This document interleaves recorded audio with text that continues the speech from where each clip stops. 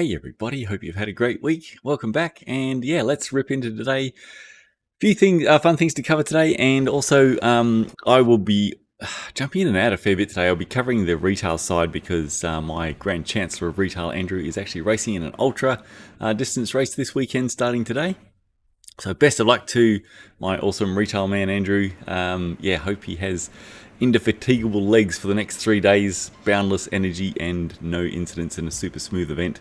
And where I can as well, we'll be sort of dot watching and see how it's all going. So I'll try to remember to put the link in for this, just in case you want to do any dot watching. It's just a small local ultra, which I think has only just kicked off this year. And Andrew wanted to be part of that groovy times. So it looks like it's going all okay so far. As at this time it is, I'm starting recording now 8:06 a.m. So things will have only just kicked off probably about a half an hour ago. I hope Julie S is okay. She has not gone far. So hopefully no incidences within the first 650 metres. Impressed with the level of detail of the tracking of the distance there, down to the 10,000ths of a kilometre. So yeah, we'll keep an eye on that. I have a feeling Andrew might be a little bit weary on Monday. Mondays are always a belting day for Andrew because it's sort of post-weekend, all the orders that come in over from Friday afternoon to Saturday, Sunday. And yeah, Monday it is attack inbox pretty hard for us both. He may be a little wobbly after a 550 odd kilometre ultra off-road event this weekend. So we will see. If there's any weird orders received by sort of Tuesday, Wednesday that were maybe packed a bit interestingly, we'll know why.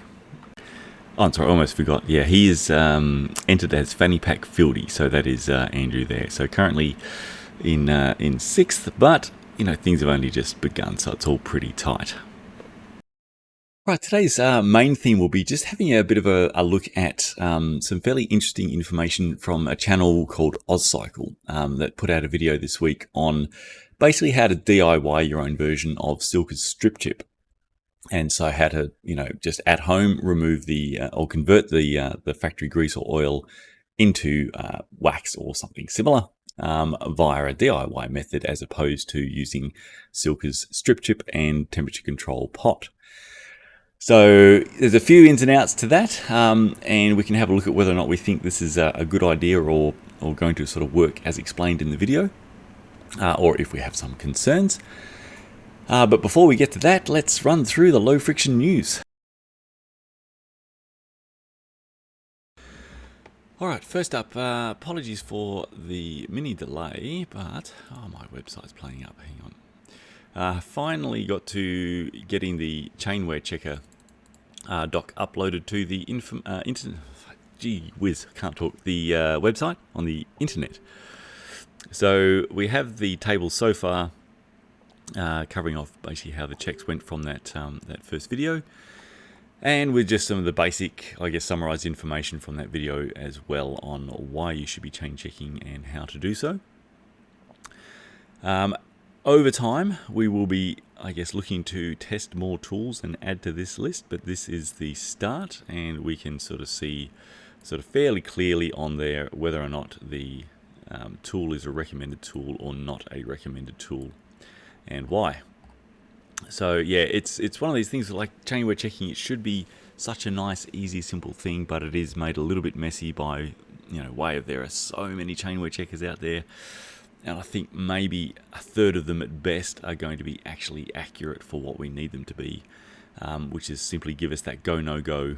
Our chain is currently fine, or our chain is now at a stage where it is going to cause wear to our lovely cassette and chain rings and pulleys if we do not replace it ASAP. And yeah, just quick thanks again as well to some local cyclists that have helped by dropping in some checkers for me to test as well. Although the list has only grown by one since I made the video, it just being able to check multiple tools of the same type helps confirm the list and where we're at.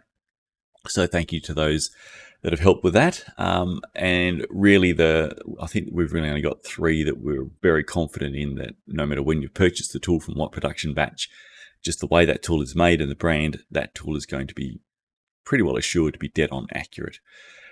So they're the ones to recommend. And really, all you need is if you once you've purchased it once, you have it for life. Basically, it's not really a tool that wears out, and they're not easily damaged.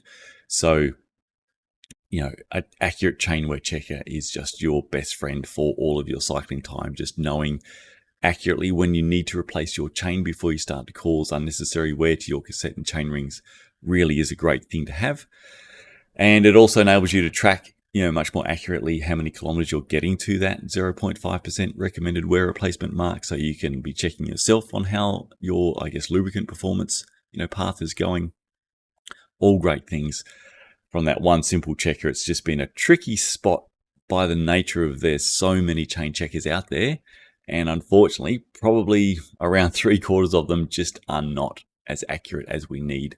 They're either all over the shop from tool to tool, or just that particular tool type is way out. So yeah, over time, it's something I'll circle back to. So every now and then I'll just get a whole bunch more tools that I haven't currently checked and just do another round of testing of them and update that table. But that's what we've got to kick off that little sort of side project. And we've got 3 great tools listed that we can recommend for you to get. No matter sort of hopefully where you are in the world, you can get them relatively easily and not too much cost. And just run with one of those 3 will be the recommendation at the moment.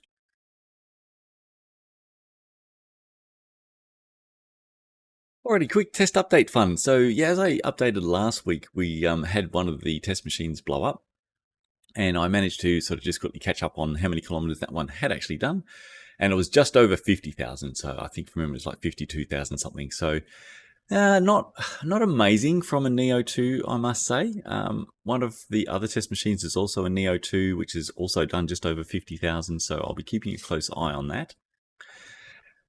Interestingly, so I was having another catch up with Squirt during the week. So I've had a few chats with Squirt over probably, I think, about the last 18 months.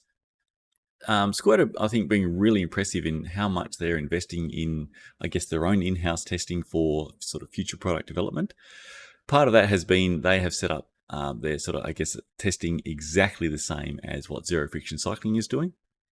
So the exact same protocol for both the main test and single application longevity test protocol.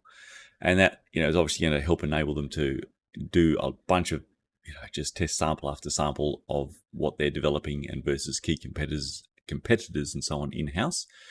And then when it's at a, certain stage of awesomeness, then they can send across to myself to test, as an independent test facility, because it's, even if they have the most awesome in-house testing, any manufacturer going to market saying, hey, we've tested ourselves and our product is winning, it's going to be taken with a bigger grain of salt than if an awesome test result comes out from an independent test facility. So it's going to be really exciting to see what I get from Squirt to test, I think, in the not too distant future.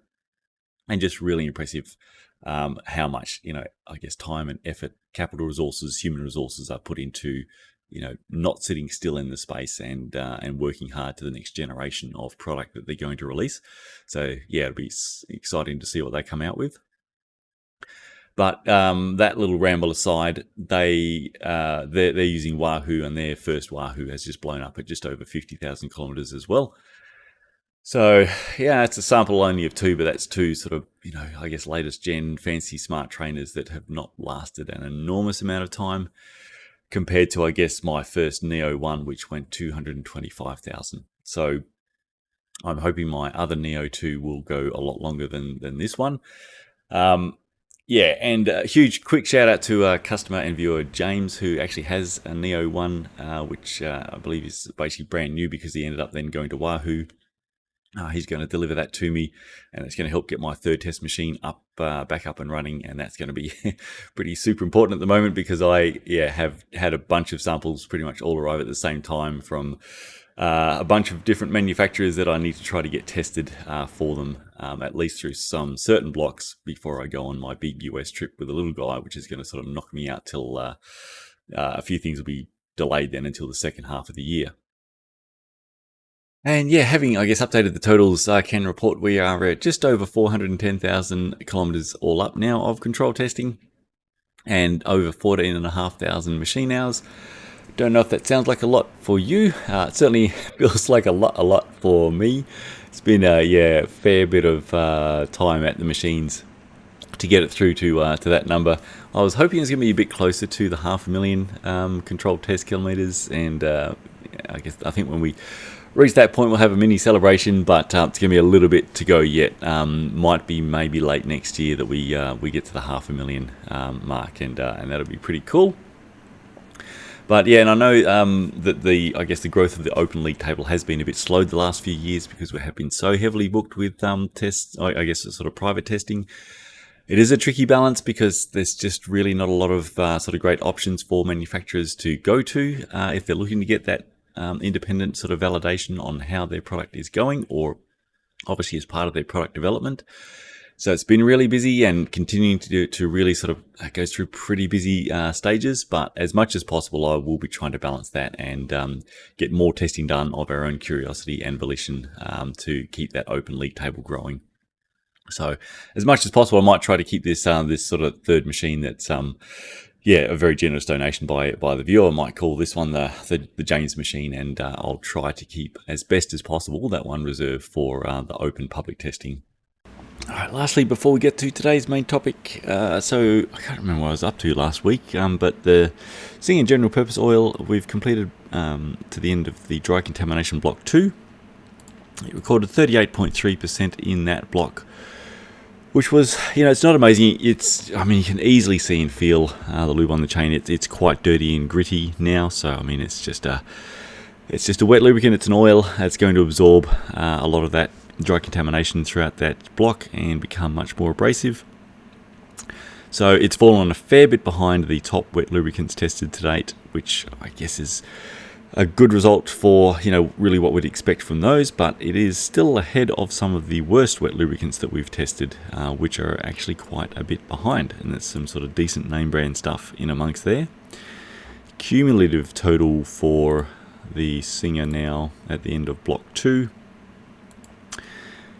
It's sort of hanging out pretty close to Bowshield T9, so still not bad. We'll see how it goes if it's sort of not really clearing anything and remaining quite abrasive as we move into block 3, even though we're stopping adding contamination. We'll see how they fare, but so far, it's sort of about mid-pack for the wet lubricants. That's a pretty good result for a $6.95 bottle of oil you get from your hardware store. Ceramic speed wet conditions, we've reached the end of block 3. I'm about halfway through the wet conditions block 4, which is, I guess, for this product really the block that it's been designed for. So we're going to see how that one goes hopefully next week. Very similar wear in block 3 versus its dry contamination block 2. So really what that's telling us is that the contamination that did manage to get in during block 2 didn't really go anywhere in block 3. That can certainly happen. There are certainly lubricants where what contamination does get in is effectively landlocked into the set lubricant, and unless you take some cleaning action to remove it, it remains in there. We're just adding more lubricant over the top of that contamination, so they can still continue to cause wear. So yeah, it can be the case that there's just really no flush cleaning with some lubricant types. So cumulative wear, it's sort of sitting about, again, for probably wax drip lubricants at the moment, it's sort of sitting below the middle half, which is not really where it would want to be, but again, it looks really like this is not designed as your daily training lubricant, but it is designed for wet conditions. So block 4 that we're testing now, we're not going to get a clean result really for, I guess, again, how they've designed this product, which is for you to prep your chain and then head out into the wet, and it's going to be amazing.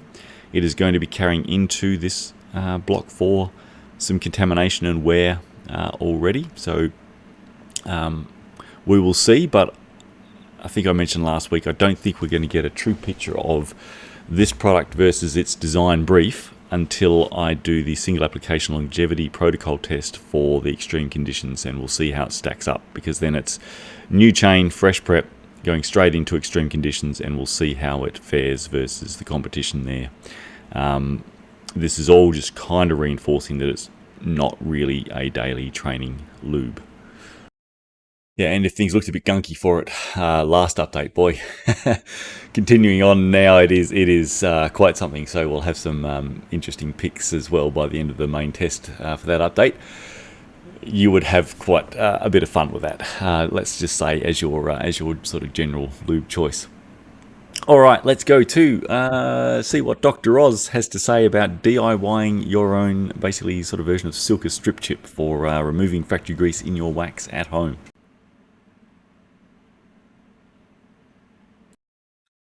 All right, quick preamble before we listen to a few of the bits that AusCycle has to, I guess, give us with regards to making our waxing even easier. So, of course, if you watch this, you may have seen the launch of Silca's strip chip wax, where you put a special block of wax into your hot melt, and that will, when you heat the wax to 125 degrees for 10 minutes, that will do this wonderful breakdown of the factory grease on the chain, turn it basically into wax, and so you don't need to do any prep to wax your chain. You can just pop your factory grease chain into the wax in your pot, follow that step, and you are golden. So based on that, it would appear that AusCycle have figured out a way that you can just DIY that at home, which he has then revealed to us all. And right, a couple of quick things first. Now, covering any topic from AusCycle is going to be a little bit tricky. I don't know a way to cover off, I guess, any preconceived concerns that I might be, sort of biased against him and so on. He is friends with the very bad man, so there's that.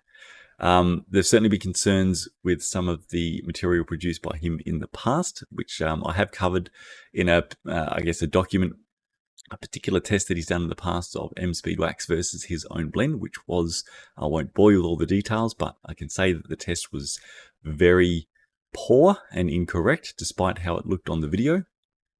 In short, he had the M-Speed wax chain was quite clearly rusting, so he was quite clearly not re-waxing the M-Speed wax chain when it needs to be re-waxed. And if you're doing a field test and you are re-waxing one product, I would guess, his blend quite normally, and another product that he's competing it against rather obviously far too infrequently, you're going to get, I guess, a wear rate in the favor that you wish to get.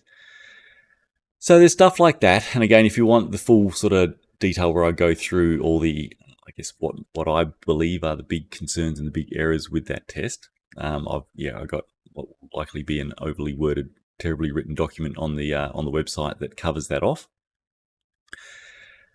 There's another issue which I'm not going to raise because it would be, I don't know again how to raise it, but he's certainly had some issues of a more personal nature, which I don't agree with, which ended him up in a fair bit of trouble.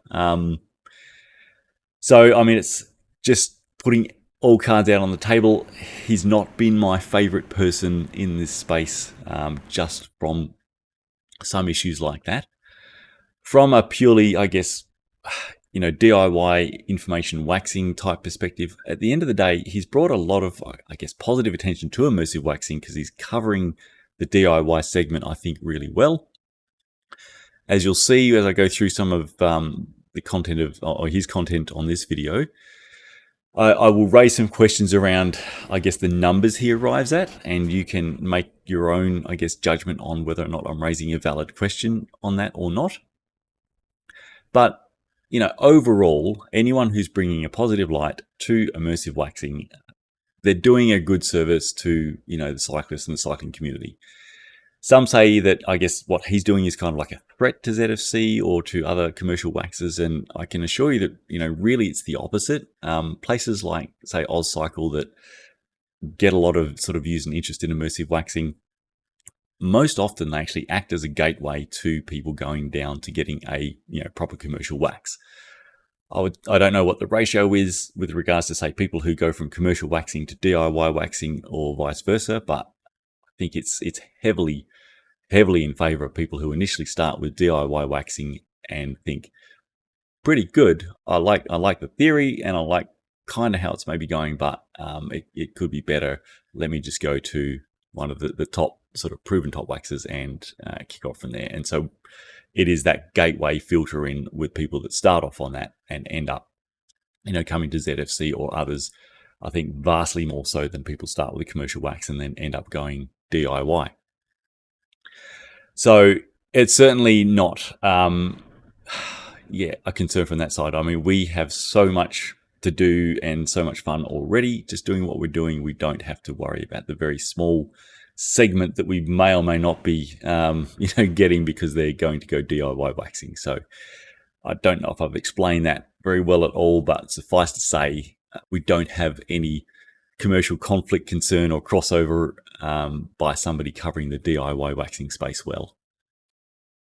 Yeah, so anyway, sorry for all the preamble hoo-ha there. It's just that I know he's got some very passionate long-term followers and fans, as does he's friends with the Very Bad Man, who, as we know, has some very rabid kind of fans. So there will be comments, no doubt, that come up about bias and conflict and so on. Any conflicts I have raised or put forward in the past have been based on a particular situation, and those concerns explained on their own, I guess, merits, and they're valid due to that. And any concerns raised today will be very clearly covered as we go through the material. So there's that. Hopefully that covers it. And let's get into it. Let's see what secret he's revealing to the world about how to, avoid purchasing strip chip and a temp control pot, and how you can just do that at home with some special fancy sachet of stuff. Welcome to the next leap in chain waxing. The whole process has been simplified, yet improved. If you've always wanted to wax your bike chain, but it all seemed too complicated, then this may be your leap. No more initial cleaning with all those chemicals. No more ultrasound cleaning. And you can use the hot pot or rice cooker that you already have. No need to invest in anything new.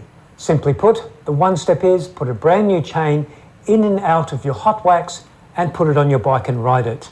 However, you'll probably want to know a little bit more detail, so this is what this video is. Alrighty, sounding good. Okay, we'll skip straight to where he's revealing the secret in the blend. Once the wax has melted, if you used candles, remove the wicks. Don't use candles. Time to add the friction modifier, PTFE, tungsten disulfide, molybdenum disulfide, graphite, etc. Your choice. If using PTFE, then the ratio is 1:20. So for your 500 grams of paraffin, you add 25 grams of PTFE. So just quickly on that, not recommended to use candles, just because candles often have a whole bunch of stuff added to the base wax to make them candly with scents and so on.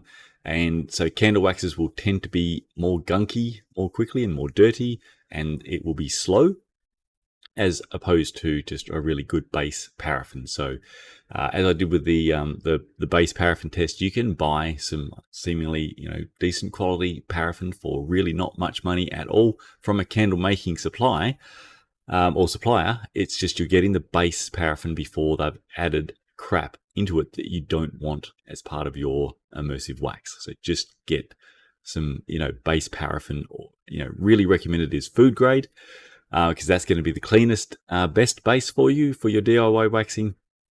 Really, I guess the majority of what we believe to be the DIY wax nightmares, where bikes rock up to a bike shop and the mechanic is shaking their head and swearing about immersive waxes because they are a gunked up nightmare that barely shifts, that will be from your DIY people using candles. Now, also, just on this is where we're going to start to ask some of the questions with regards to where he gets his numbers from. So in the Friction Facts days, Jason Smith from that created UFO chains, and that was also the creation of M Speed Wax, because John Thompson of M Speed Wax worked with Jason Smith on this back in the day. The original blend of UFO and M Speed Wax was 5 grams of PTFE per pound. Also, we'll round that to 500 grams. Previous Oz Cycle video used to be 50 grams of PTFE, which you may have heard me say before is pretty darn bonkers. Seems to have now been adjusted to half of that at 25 grams, but I don't know where has 25 grams come from. Like, how has he arrived at that number? If he has testing that has shown, look, he's done 5, he's done 10, he's done 50, however he's worked his way to 25 grams, I'd love to see the testing and the data on how he has arrived at that place, because it still seems like an enormous amount of PTFE to be adding to 500 grams of wax. As you know, most of the industry is really moving away from PTFE for environmental reasons. Not just it getting out into the environment from your wax, but also it's really toxic to produce.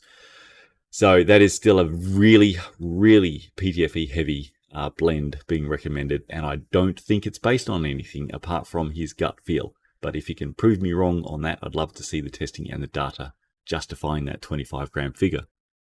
Right, so again, just while I'm here, I'd just love to see what sits behind the numbers. So the original formula M Speed Wax was 1 gram of moly. So 5 grams PTFE, 1 gram of moly per pound. 10 grams of moly, that's basically 10 times that. So that's a lot. And also considering the concern he had re moly being a rust catalyst in his test, that's interesting. Just again, what testing has been done to arrive at 10 or all those ratios, I would love to see it. That the friction additive does not dissolve in the paraffin wax, they are a mixture. So when allowed to sit, the additive will eventually settle to the bottom of the pot. Now add a sachet of grease conversion powder. A 20 gram sachet will enable you to treat up to 4 chains.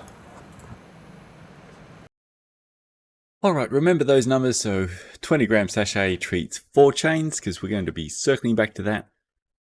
But yeah, the main question obviously is it as simple as that? We can just add a sachet of this grease converting stuff from cooking and just do what Silca Strip Trip is claiming to do. So let's have a look at what some of these products are, or at least what we believe they are.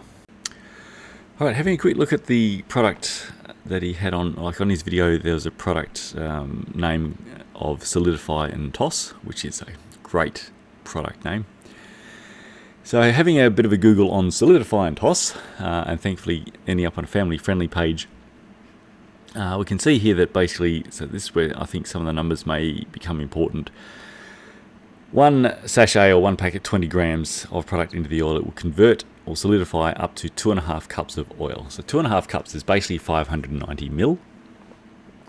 Now on a chain, there is going to be around about 5 grams or 5 mil max of factory grease or oil.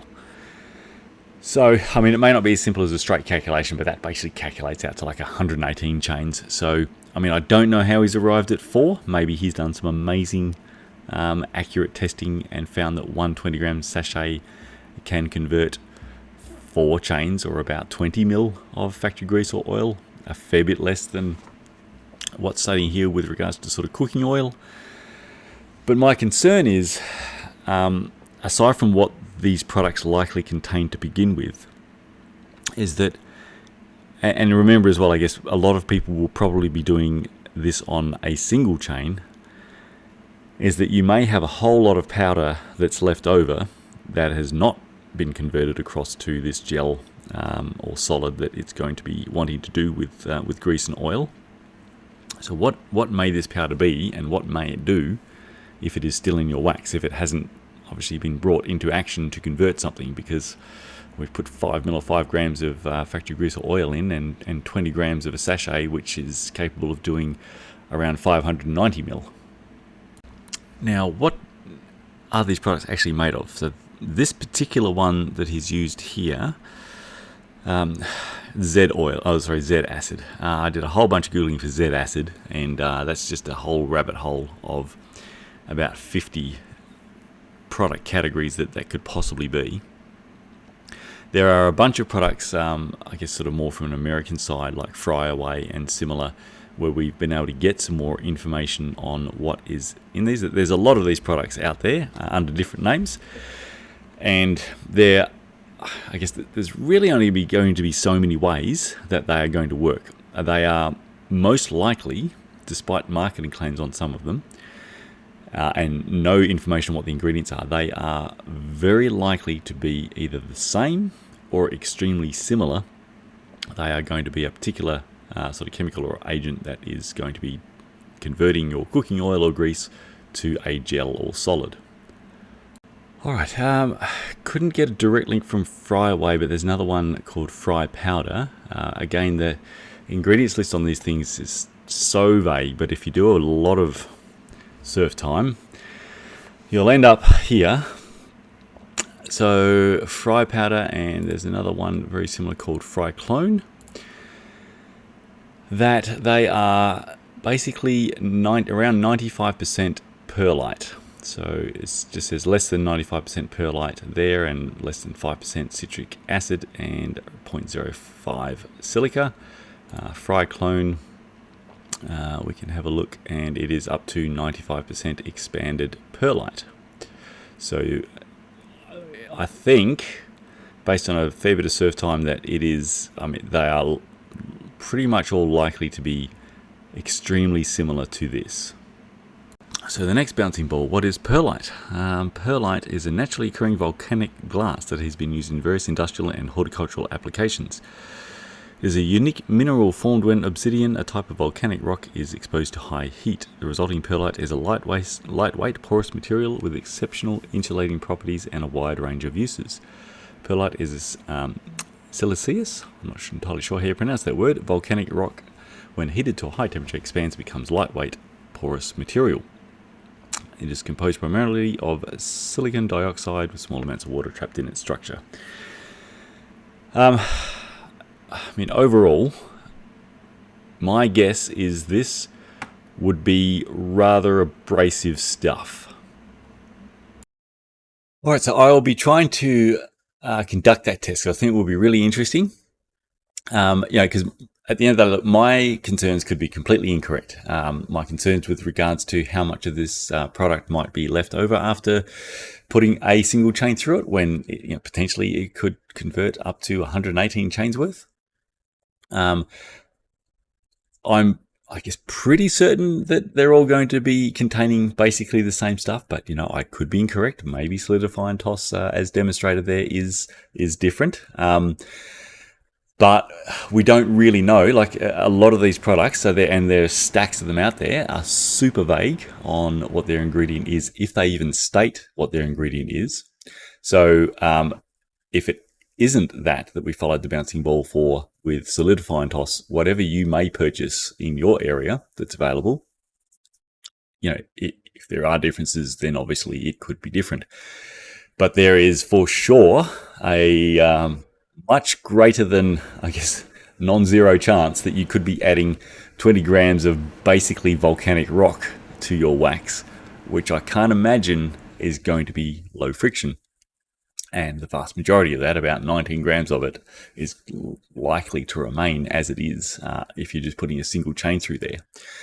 So for me, especially if I was running a decent quality chain cassette and chain rings, there is absolutely no way I would be adding 20 grams of basically volcanic rock to my wax. Just have some rather large concerns on how that may go. I don't believe that at this time Dr. Oz has conducted any control or other testing to see how that's gone longer term for his own chains, and how accurate his sort of the field testing may be on that. He may have some information on that over time. But yeah, when it'll be definitely post USA trip, because we are absolutely sort of booked to the hilt at the moment. But when we're back, so sometime in the second half of this year, we'll get a sachet of solidify and toss and put it into the base candle wax that I used for the base paraffin test earlier this year. And we'll see if there's a notable, sort of wear rate change there by adding what is potentially 20 grams of volcanic rock into the mix.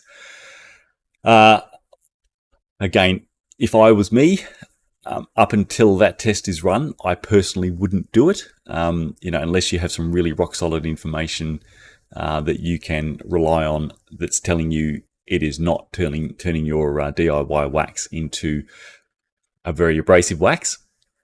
I would just sort of hold off.